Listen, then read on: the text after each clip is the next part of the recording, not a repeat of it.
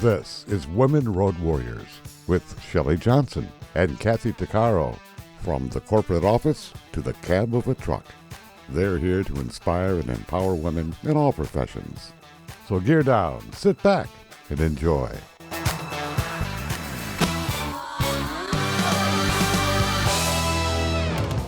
Welcome. We're an award-winning show dedicated to empowering women in every profession through inspiring stories and expert insights. No topic is off limits on our show. We power women on the road to success with expert and celebrity interviews and information you need. I'm Shelley. And I'm Kathy. Have you ever wondered about your family background? It's more important than just looking up DNA and genealogy. That gives us a genetic blueprint. But it doesn't tell the whole story. Dr. Elizabeth Keating is on a mission to get people to record their family history and stories that are the true family heirlooms and clues to who we are and where we came from. Too often these stories are told but never written down, and they're soon forgotten. Many times family photos aren't even labeled, and that leaves many people wondering, who the heck was in that picture? Dr. Keating is a professor of anthropology at the University of Texas in Austin. When her mother died, she realized there was a lot she didn't know about her mother's life. That left a huge void. She realized many people face the same issue after it's too late to archive family history. She's written a book called The Essential Questions. Interview your family to uncover stories and bridge generations. It's a step-by-step approach to guide your research on your own family. We have Dr. Keating with us today to talk about this terrific template to help people reconstruct their family history that can be passed down through the generations. Thank you for being with us, Elizabeth. Oh, thank you for having me on your program. It's an amazing program with lots of interesting guests in your podcasts over time, and I'm honored to be one of them. Well, thank you. Your insight is going to help so many people. You know, I personally run across some of the same things you did, going through old family pictures that were saved, they weren't labeled, wondering about so many different people. You know their faces, you've heard things, but stories were never written down. Yes, that's a problem that lots of people have. They realized, as I did, after their elders have passed away, that there's so much that they don't know about them. Countless people have told me that they wish they could, they can imagine what a joy it would be if they suddenly came across a tape that nobody knew existed and had the voice of their parent or grandparent on it, and they could hear that voice again and also hear some of their stories. You know, there's something so personal about actually hearing that person talk. Now, of course, it wasn't until the 20th century that we could do that sort of thing. And certainly today, it's pretty easy to record people. But I had thought about doing that as a journalist, as a writer, even as a child. I was very inquisitive. My sister's quite a bit older than I am. She was not really inquisitive. I asked all the questions. I should have taken notes. And I know stories about the family she doesn't know. And she's a lot older than I am. I'm like, did you know this about Dad? She's like, no. And I remember her just last summer bringing over a bunch of pictures she had at her house. And she said, do you know who these people are? Because I can't figure it out. I'm like, no. I could kind of venture a guess, but they must have been important because the pictures were kept, Yes, right. A lot of people have asked me that, whether pictures can be used as a prompt to get people to talk about family stories. And certainly pictures are one of the prompts. Of course, you need to do it early on before there's not a person around that can identify who those people in the picture are. Yeah. And we've got pictures that go way back. And I've looked at them thinking, one's a tintype.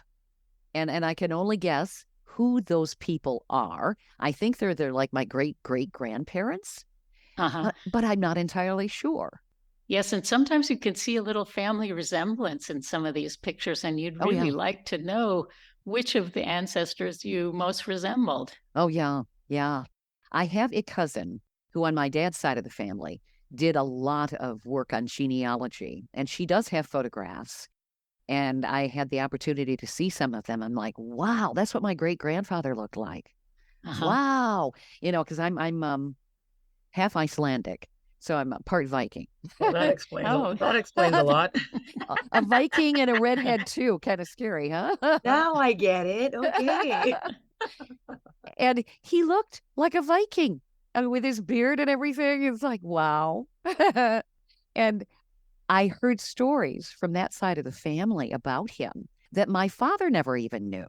Yes, a lot of times we just don't know the right questions to ask. And when you said you were an inquisitive little kid, that's exactly the type of person who can elicit not just the stories we've all heard over and over, but the details of everyday life. So that's what is so fascinating about taking an anthropological approach, which is what I advocate in the book, is interviewing older family members as if you're an anthropologist. In other words, what would an anthropologist want to know about a way of life? So there are topics that cover what anthropologists need to know when they go to a different society and try to understand it. And the idea is then to get a lot of details about ordinary life. And a lot of people think ordinary life isn't worth talking about, but that's where we spend most of our time. And that's what we miss most when it's gone or when it changes significantly. And so details of ordinary life is what makes it possible for us to imagine what it was like to be in that time and in that era and have to deal with those particular challenges and to figure out a path forward with those kinds of societal beliefs and expectations. So everyday life is what we really want to hear about. I mean, when we go to the movies and the movie starts, it's that first sensory scene with all of those details that catapults us into another way of life. So the questions in the book, the essential questions, are designed around getting details of ordinary life.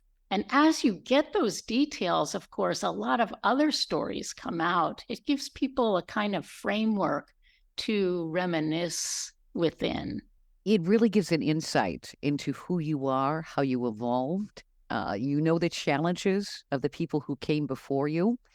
And if you think about the 20th century, there were some major transitions.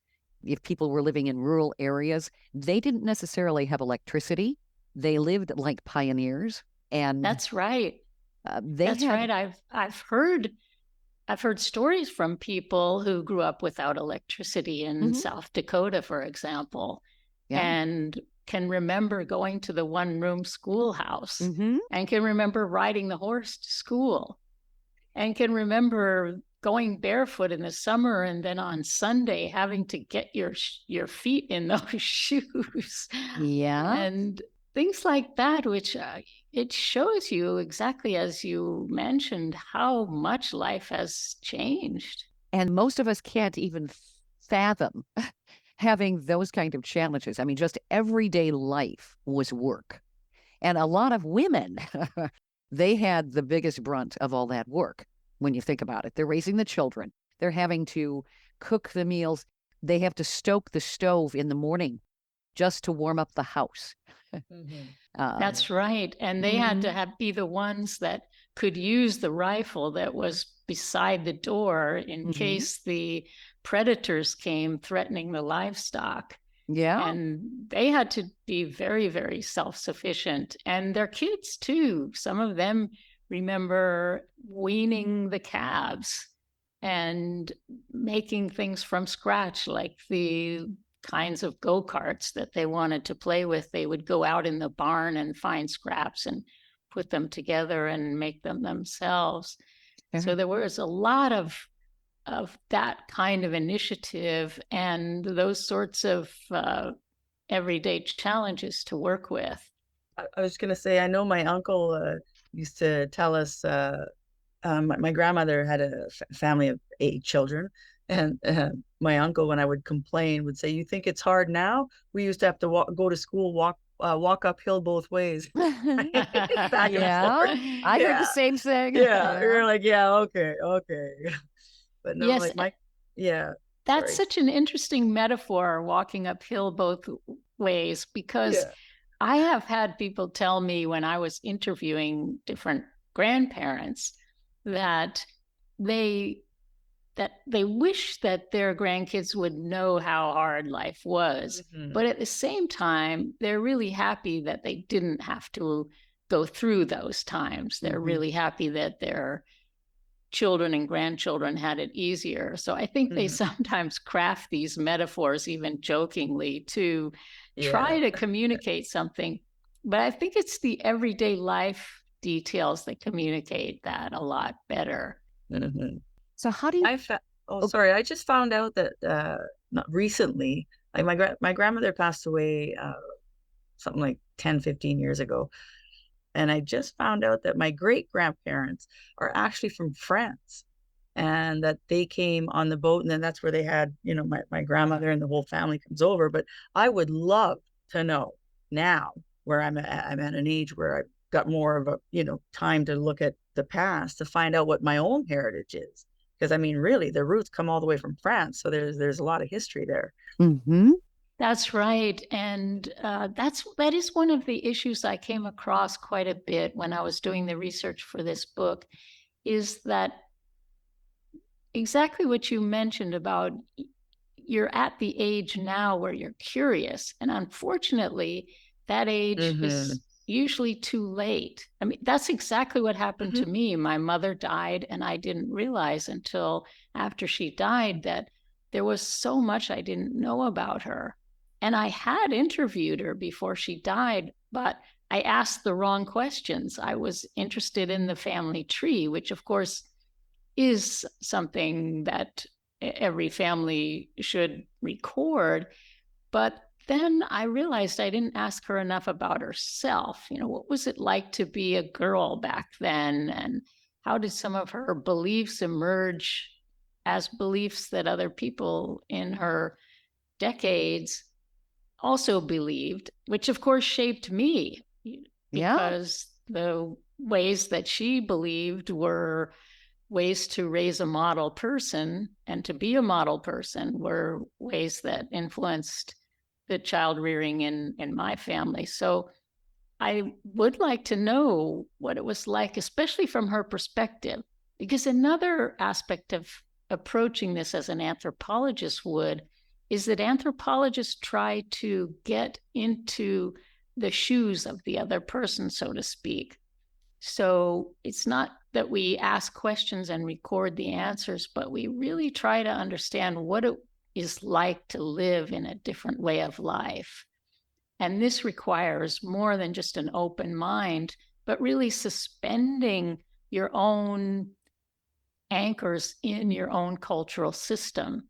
So as you're interviewing a grandparent, for example, or another elder in your family, the trick is to suspend your own reactions and your own expectations, and try to listen very carefully to the scene that they're building and the attitudes that they're demonstrating and the belief system that they're describing, to try to imagine what it would be like to be in that same milieu of cultural cultural effects and cultural expectations. And it's hard to do, but it's really worth doing. So you have to be objective. Yes, exactly. You have to think a little bit different, but also to try to imagine subjectively what those times might have been like to inhabit. Stay tuned for more of Women Road Warriors coming up. Dean Michael, the tax doctor here. I have one question for you. Do you want to stop worrying about the IRS? If the answer is yes, then look no further. I've been around for years. I've helped countless people across the country, and my success rate speaks for itself. So now you know where to find good, honest help with your tax problems. What are you waiting for?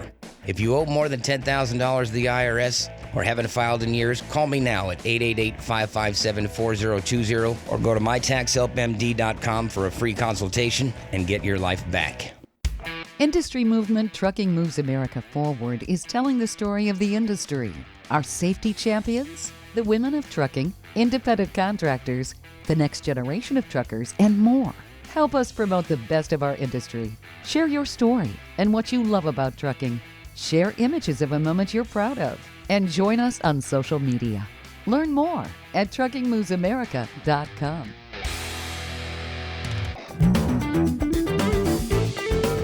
Welcome back to Women Road Warriors with Shelley Johnson and Kathy Tuccaro.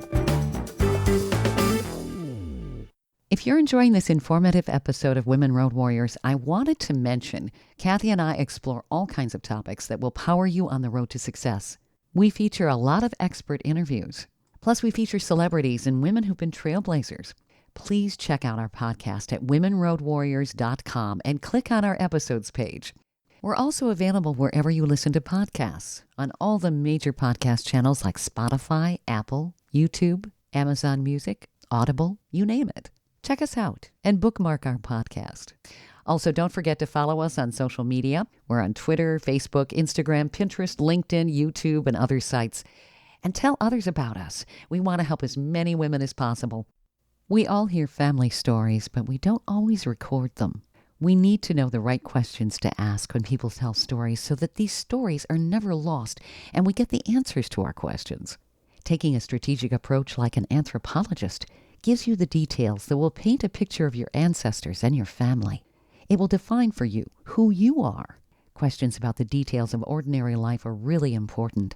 It helps give us the insight into what it was like to live in the time of your ancestors, from their perspectives, and what their challenges were. It also lets you know how the family evolved. That's what anthropologists do. They try to understand what people in a certain era went through. They walk in their shoes. Dr. Elizabeth Keating is an anthropologist and professor at the University of Texas at Austin, and she's authored a book called The Essential Questions: Interview Your Family to Uncover Stories and Bridge Generations. Her book provides these essential details with a framework on how to interview your relatives. That will give you a recorded history that becomes a valuable heirloom that defines who families truly are.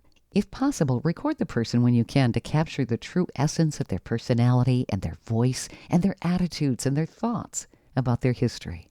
You know, Elizabeth, this kind of interview really gives you a perspective, an insight into who you are as a person, because you can see how other people evolved, who were big influences on your parents and everybody else. That's right. And when you see this all through a child's eyes, by asking questions about what your childhood was like and what interactions were like back then, and what sort of clothes were your favorite clothes, and what kinds of identities you had to figure out for yourself, and what the home you grew up in was like, how many bedrooms, and when people talk about how many bedrooms it had and things about the kitchen, then they start talking about what happened in the kitchen and what people were doing in the kitchen and who was there and what kinds of interactions and people they grew up around. And they'll talk about the neighborhood. What was the neighborhood like? Did they live in the most grand house in the neighborhood, or what were the other neighbors' situations like? Mm-hmm. So lots of great details which enable you to understand the times and the people that have influenced yourself. When I was, sorry. No, go ahead. I was going to say, when I was nursing back in a while back, I spent some time in seniors residence, doing my nursing there, and most of the staff wouldn't pay attention other than, do their dutiful duties that they had to do. But I would take the time and sit with the elder staff, the elder residents, and talk to them. And I would love to hear their stories of where they're from and how they were raised, just exactly like you said. And it was the most interesting thing. And I remember back then, listening to their stories thinking, my God, nobody's going to know, right? They've lived this life and nobody really cares. And nobody, like, they're going to pass away soon and it's gone. History's gone. Yeah.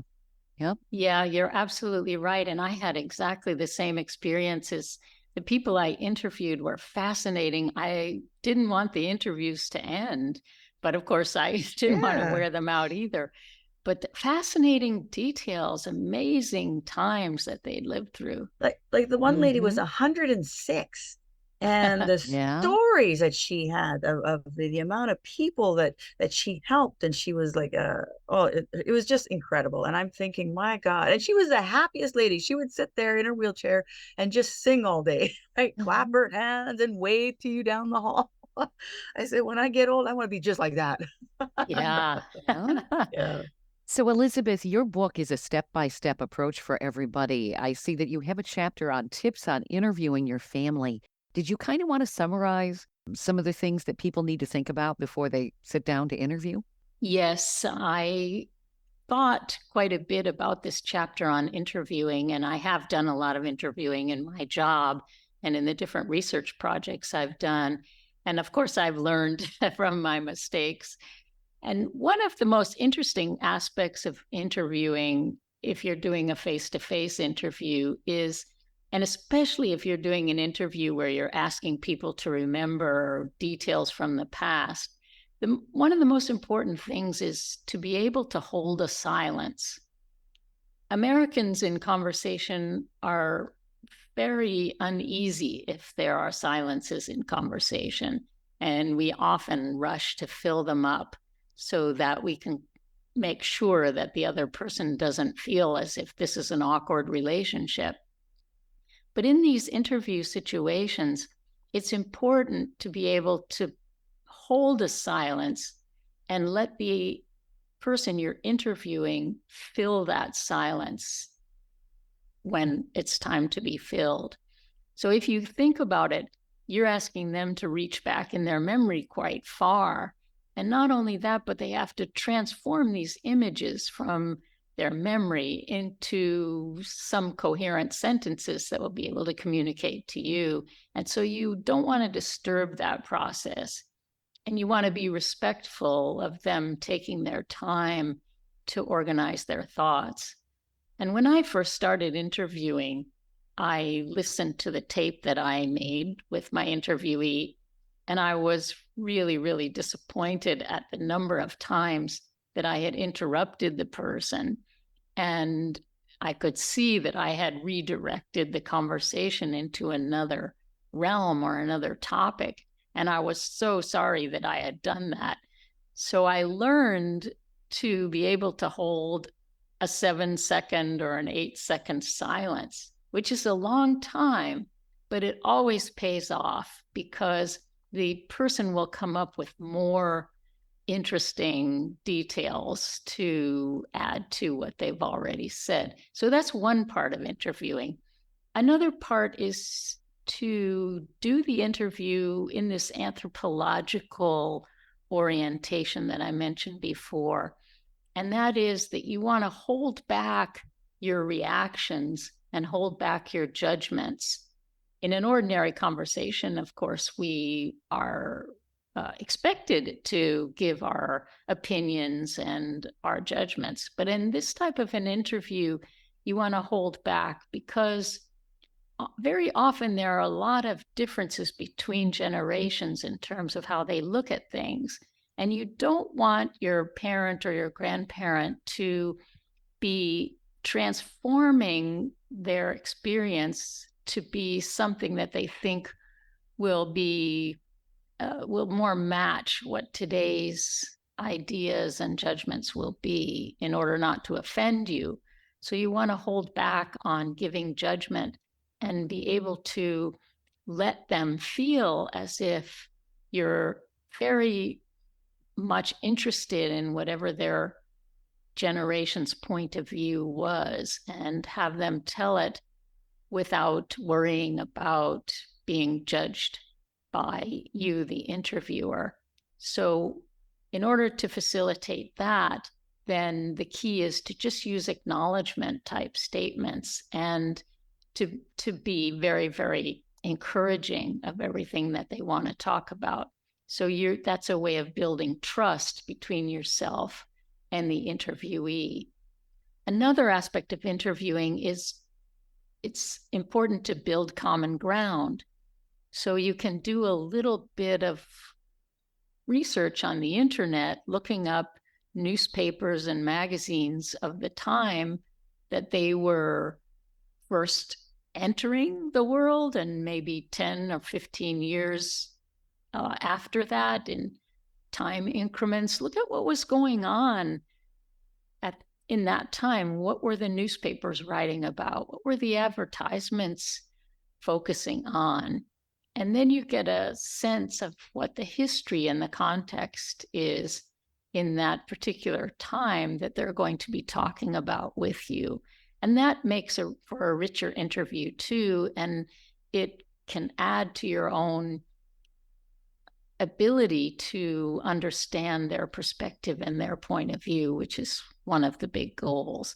And there are other things too that I mentioned in that chapter about interviewing. You cover a lot of different topics that can be explored, basically what it was like to grow up in the era that these people did, get a perspective on what they experienced, all of that. And that's insight that really can give you so much information. When you take a step back, you can see how a family evolved, and you have maybe even a better understanding of yourself. Yes, that's right. Because we, of course, are focused primarily on the generation that we grew up with, our age mates, if you will.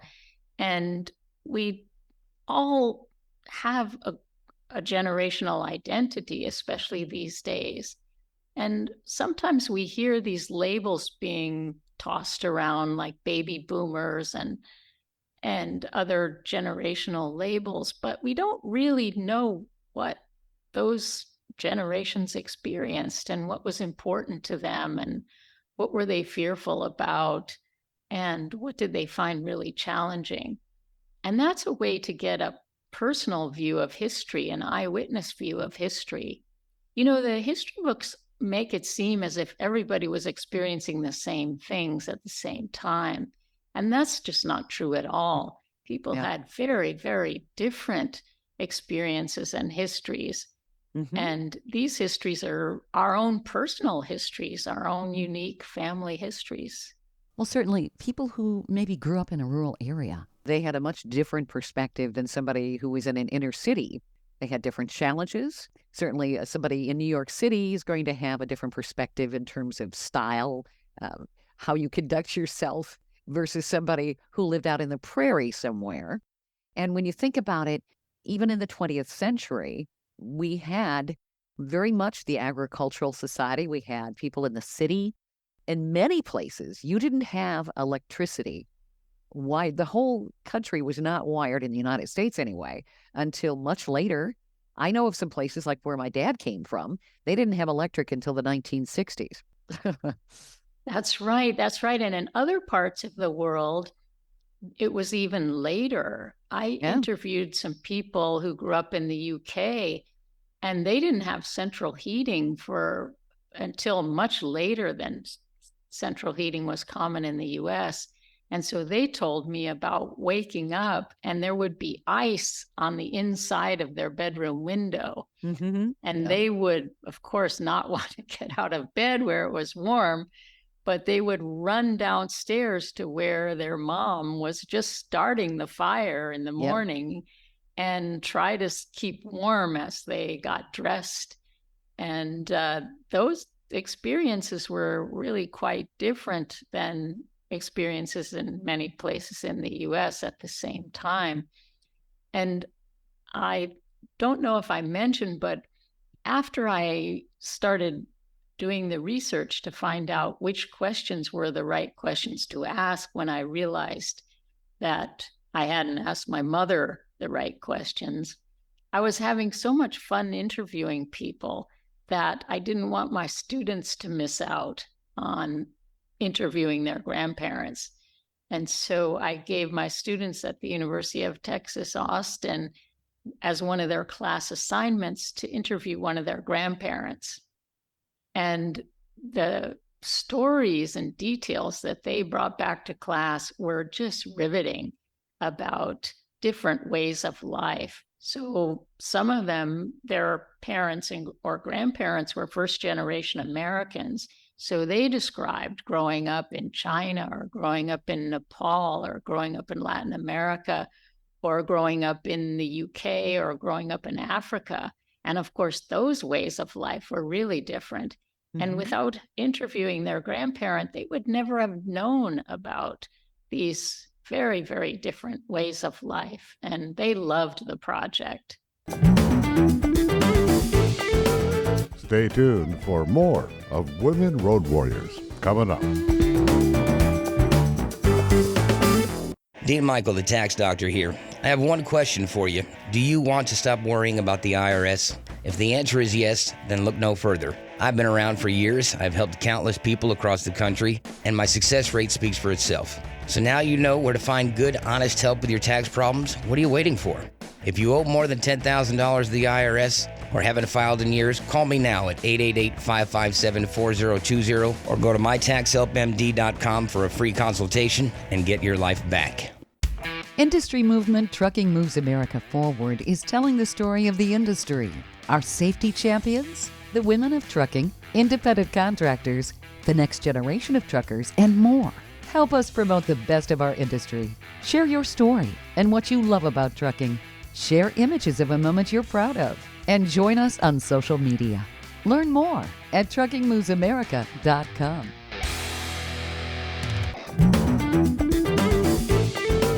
Welcome back to Women Road Warriors with Shelley Johnson and Kathy Tuccaro. Dr. Elizabeth Keating is an anthropologist, professor, and author who's found that many people become curious about their family history when they get older, but the people they want to ask are no longer around. She said it's imperative to ask the questions now, not later, and ask the right questions. Elizabeth's book, The Essential Questions, Interview Your Family to Uncover Stories and Bridge Generations, offers tips on how to do this. When you can, record the person so you can hear them and see them and capture their personalities. You'll get an eyewitness history. Let the person talk and be quiet and don't jump in. Don't interrupt. You'll miss out on important details the person remembers. Let the person you're interviewing fill that silence. Hold back your opinions and judgments because there are many differences between generations, and you don't want your relative to transform their experience to something that will match today's expectations. Ask questions about what life was like for them, what they wore, what the family home was like, and other interactions. This gives you a fabric of who your ancestors were and how you evolved and why you are who you are. Elizabeth, I love the fact that your book really lists a lot of opening questions and gives people a guideline to follow when they sit down and talk to a family member. Yes, it was very important to me to have one broad opening question on each topic. So I have topics on space, which is very, very important to anthropologists. How do human societies organize the space around them? What do they build and how do they see a living space and create a living space? And then topics on identity and dress and body adornment and belief and kinship and marriage, etc. And I always start with a very broad introductory question on each of these topics because I want the person being interviewed to drive the narrative. I want them to be in control of what they tell. And so I like to have a broad question and encourage people to ask a broad question and then see what occurs to people to talk about. And very often people will move from one memory to the next in a fashion that is shaping a life in front of you. And it's wonderful to watch that journey be created uniquely by each individual. But of course, some people don't talk so much. And for those people, I have added a lot of follow-up questions in the book which can be used or not used, or of course, people can use their own follow-up questions to help people and encourage people to give more details and to fill out the picture and to make it possible for us to use our imaginations to understand the lives of these people who are part of our family legacy. You know, it's kind of interesting the questions you'll get from different family members. My mother was more talkative about what she remembered growing up and what she'd heard from her mother and all of that. I'd ask questions from my dad, who was considerably older than my mom, and I'd say, well, Dad, what was it like? And what was great-grandpa like? And he really didn't know his great-grandfather. He said, well, all I know is he said I got a new stocking cap when he died, when we went to his funeral. Okay, well, that doesn't tell me anything, but, you know, or I'd hear, oh, Shelley, how do you expect me to remember that? That was 30 years ago. How do you counter that? That's a really important question. And I'll tell you a little story to illustrate how that can be solved by the particular questions in the Essential Questions book. I was talking to some people, a couple, and the wife said that her husband always said he couldn't remember a thing about his childhood, just like you were describing. Mm-hmm. And she read my book, and then she decided to ask him the first question about describe the house he grew up in, and he did that. And she asked him to describe his bedroom. And suddenly he saw before him the telescope that he had and all of the different books he had on astronomy and the other toys and things in the room that he was able to describe, and that gave his wife an idea of what he was interested in when he was that age. And he could describe the furniture in the room. And then once he had an anchor point, then he remembered lots of other things. And so I think these questions provide a person with an easy job to start out with. In other words, they can just talk about the number of bedrooms or who slept with whom, Mm-hmm. or how the different rooms in the house were arranged. Often the kitchen is something that people will describe, or they'll describe the basement where their mother did the washing. And lots of aspects of daily life come up because, of course, the home is a repository of culture, isn't it? When we think about our homes, there's so much there that can fill in what our lives are like. Family heirlooms are that way. I have a family. My grandmother actually had a treadle sewing machine. Because if you don't have electric, that's what you have. And of course, that they use those for years. I have that in my living room. Do I know how to sew? Oh, that's wonderful. It's wonderful. I asked for that when I was a little girl. And of course, I didn't know my grandmother on my mother's side. She died when I was like 2.5. So I have limited memory. But I love it. It's a conversation piece. And I feel like I have a piece of my grandmother there. But I often wonder, I'll go through the drawers because there's still some of the things that she used that are in the drawers, darning socks and various other things. You have questions. What was it like to make all of your children's clothes from this machine, which still works, by the way? Pretty good. Yes. Yeah. Yes, and not only make the children's clothes, but one of the questions about, one of the follow-up questions to the body and adornment topic is, where did your parents buy your clothes? Well, in some cases, they didn't buy the clothes because the mother made them all. Yep. And the styles then were styles that the mother was used to from her own background. And so they didn't have this idea of each generation having a particular style that was unique and defined them. They were wearing pretty much the same outfits in miniature that their parents wore. Or they had hand-me-downs, or they had one dress and one pair of pants and a couple of shirts. And it's really quite amazing as they describe this. I know on both sides of my family, they had hand-me-downs. In the case of my mother's mother, I guess she would rework the hand-me-downs so that she could modify them for the current styles. I guess she was really a talented seamstress. She could go to Minneapolis. My mom was raised in Minnesota. She went to Minneapolis and looked at the current styles, and she could make her own patterns, which to me is just amazing. And then she'd rework things so that her kids look like they had the latest styles, but they couldn't afford that stuff. And that was really common. And it was an art, really, when you think about it, that's lost today. People just go to the store and buy clothing. That's right. And women didn't get much credit for that, I don't think. I think No. it was kind of expected.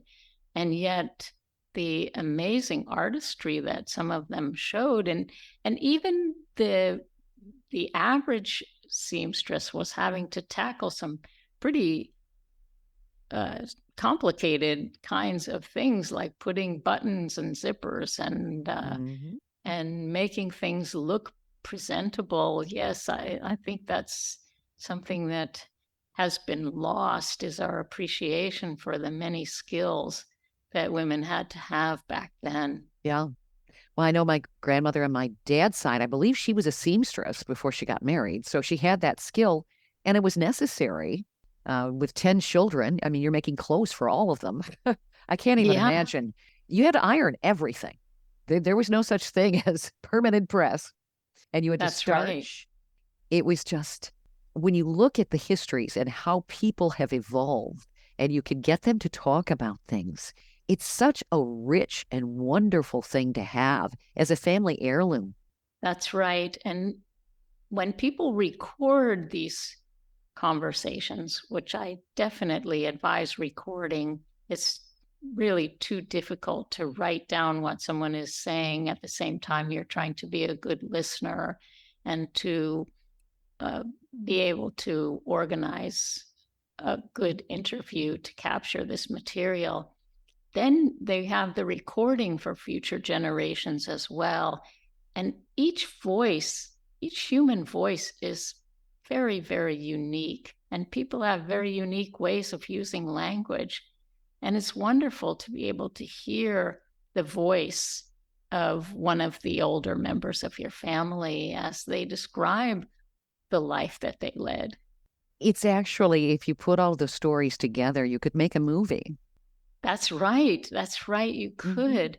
Mm-hmm. Yep. You could. There's enough historical detail there that you would have a nice material to be able to create some imagery to go along with the voice. Yes. I went out for lunch, let's see, was it 2 or 3 weeks ago, with my 84-year-old friend, Baruga, in LA. And she had 3 of her friends from the seniors club. So we all went out for lunch. And the one lady was 91 and she was still driving. And she was the most fascinating woman. She was actually the artist, the original artist for Walt Disney's Peter Pan. Wow. How cool is that? That's neat. So we sat and I was like, what, are you kidding? And so I said, do you still have some of your drawings? And she said, well, that's my biggest regret, that she had given a lot to, to her family and stuff. She says she has one little book left of her original Peter Pan drawings that she put away for her daughter. And that was it. But she was the most amazing. She was talking all these stories about Walt Disney and about the process and about the cartoons. And man, so I told Baruda, I said, I got to see this lady again. Yeah. I need more info, And think how wonderful it was for her to have an interested listener in yourself. Yeah. There's a lot of loneliness in the older generation, and they easily become isolated, and they're just thrilled to have someone who is interested and curious about the things that they know. Yeah, they don't feel current anymore. They probably feel like they're a relic and they don't fit in. So when somebody sits down and really gets them to talk about things, they realize, I do have worth and I do have influence and I really do have a reason for being here. I mean, it's a mutually beneficial thing to do when you think about it. Yeah. Yes, and I think in our society, we don't value older people very much because they are not, we perceive at least, that they're not as technologically savvy as the younger generation. But they, Okay, I'm I think, 54 and I'm not technology savvy. yeah. The struggle is Oh, real. it's just moving so fast. Oh, sure. We are all having trouble keeping up, and that's a really good point. But at the same time, think of the number of interactions they've had over their life with a vast variety of people and what they know and the things Yes. that they've done. Their wisdom, their experience, you can't put that in a book. They bring so much to the table if somebody sits down and talks to them because they've seen a lot. And depending on when they were born in the 20th century, there were so many changes. We've seen a lot in the past 20 years. But when you think about the 20th century, there were a ton of changes. That's right. Yeah. Definitely. There were people I talked to who had grown up in the UK who said no one could afford a washing machine. Yeah. And that was pretty exotic. And the first time they saw television was one person on their block had a TV and the whole neighborhood went to watch the coronation of Queen Elizabeth. Sure. Oh, yeah. So, Elizabeth, where do people find your book? You've got a complete template here. You guide people with good questions to start with so they can really have a wonderful conversation. Yes, they can get the book on Amazon. They can get it in major bookstores, online principally at this point because the book is fairly new. But hopefully their local bookstore would have it. I have done a book signing at Barnes and Noble. But of course, Amazon is an easy place for people to obtain books. And there are other online book sites too that are equally easy places to get books. And right now, I think on Amazon, the book is less than $17, $16 and something. So, and even cheaper in the Kindle version. So I think it's definitely within people's reach. It's definitely a wonderful investment to chronicle your family history.